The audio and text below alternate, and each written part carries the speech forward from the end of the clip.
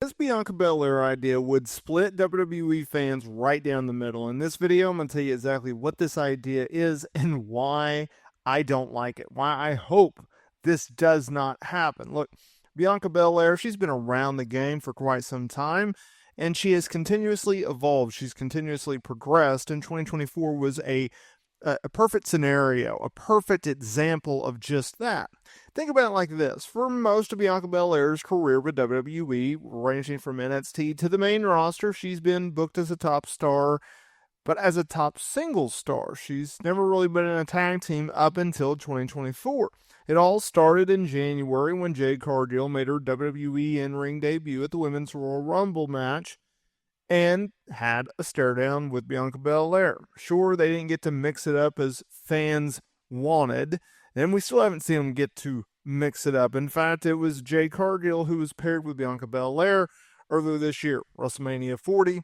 Her, Bianca Belair, and Naomi going over Damage Control at WrestleMania 40 in a pretty impressive showing for the babyfaces, and specifically Jade Cargill. Now, since then, obviously, Jade and Bianca Belair, they've stayed together as a paired item, winning the women's tag team titles a combined 2 times. Now, Jade Cargill is on the sidelines, of course, with a undisclosed injury, and we don't necessarily know when she's going to be returning. In the meantime, though, Bianca Belair has teamed up with Naomi, and Naomi has essentially filled the spot of Jade Cargill as a women's tag team champion alongside Bianca. Therefore, they did not have to vacate the titles, with the idea that Jade would return and take back her women's tag team title and go on and defend it with Bianca Belair should they still be champions by the time this woman returns, which we don't know. Now, of course, Jade is on the sidelines with a actual injury, and on television they're continuously playing up the idea of a whodunit. Who attacked Jade Cargill backstage a few weeks ago on Friday Night SmackDown? There's been speculation, well, it's Bianca Belair. There's been speculation that it's Naomi. There's speculation that it could have been someone else. And it got me thinking, as someone who for months had pushed for the idea that they should break up Jade Cargill and Bianca Belair and finally do the singles match, especially since we head into WrestleMania season and there'd be pushback on that from you guys, I was thinking to myself, if they reveal that the mystery attacker was Bianca Belair, well, I think they're going to piss off a lot of people. I, from first-hand experience here on the channel, have seen the pushback from you guys. Y'all are not ready for a Bianca Belair-Jade Cargill feud. I've understood that. I get it. And I'm just enjoying the moment, right? I wish Jade was back on television right now. I wish she wasn't injured. But I wish she was back on television. I wish she was back doing the thing with Bianca Belair as women's tag team champions. And eventually we will get the Jade Cargill-Bianca Belair match. But I'm afraid that if they do have Bianca Belair be revealed as a mystery attacker, I think fans are going to push back. I think fans are not going to be happy about it. I think they're going to be upset about it. They're going to let the company know about it. And I don't think this angle is going to go over as well as it could have been if it's another person who actually did it. Think about it like this. If you're going to do a split between Jade and Bianca and you're going to have someone turn heel, ideally you would want it to be Jade Cargill. Think about it. She's the bigger athlete. She has a history of being a heel from AEW. We know what we get in her, and Bianca Belair is one of the most lovable baby faces that WWE has under roster, or under contract on the roster, I should say. So if you're going to turn anyone, you wouldn't turn Bianca on Jade, you would turn Jade on Bianca. And obviously with this storyline of Jade being the one that attacked, or got attacked, she's drawing sympathy already from the fan base, you wouldn't necessarily have her come back and turn heel. It just wouldn't work.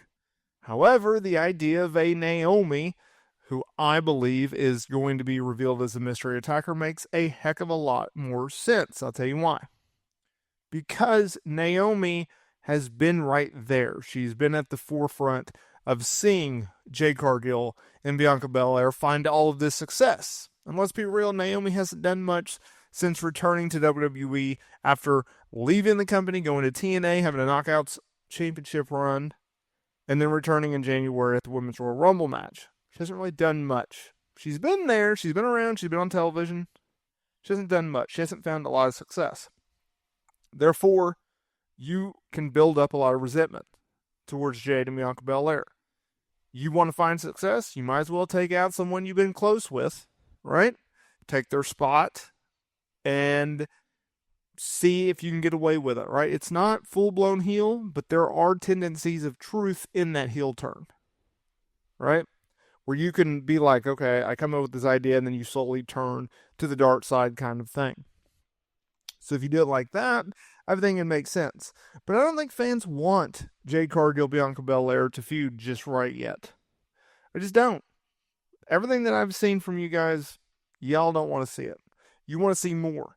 And at a time where, Raw is going back to 3 hours, SmackDown is expanding to 3 hours, they're going to be bringing up a bunch of talent from NXT to fill that, the expansion, right? We have the introductions of the women's U.S. title, the women's Intercontinental title across Raw and SmackDown. You're going to need someone's, right? A team, 2 star-studded athletes to keep the tag team division and the women's division relevant. And that's what Jade Cargill and Bianca Belair have been able to do. I've talked about this in the past, but it's like when we talk about women's tag team titles, and when we talk about women's tag team wrestling, you need 2 notable stars to be the champions, because it makes the company stay credible, right, and accountable to keep the titles credible, and it also is an ability to create new stars, because when you have the tag team titles and you have the champions be 2 top-tier stars, the company does more with them. They get more time on television, and because you're using 4 talents instead of just 2 in most feuds, you're actually getting more talent on television. And if you can get young talent over veteran talent or established talent that has some star power, then therefore you can create new stars. So it's actually a great platform for creating stars. And I hope that WWE will continuously build up the division, because I think that they do have a great group of talent right now when it comes to the women's division and the roster in which they have created in NXT, and talent that they have signed who have established themselves from other promotions, right? So we'll see how this plays out with Jade Cargill and Bianca Belair, but I hope they do not have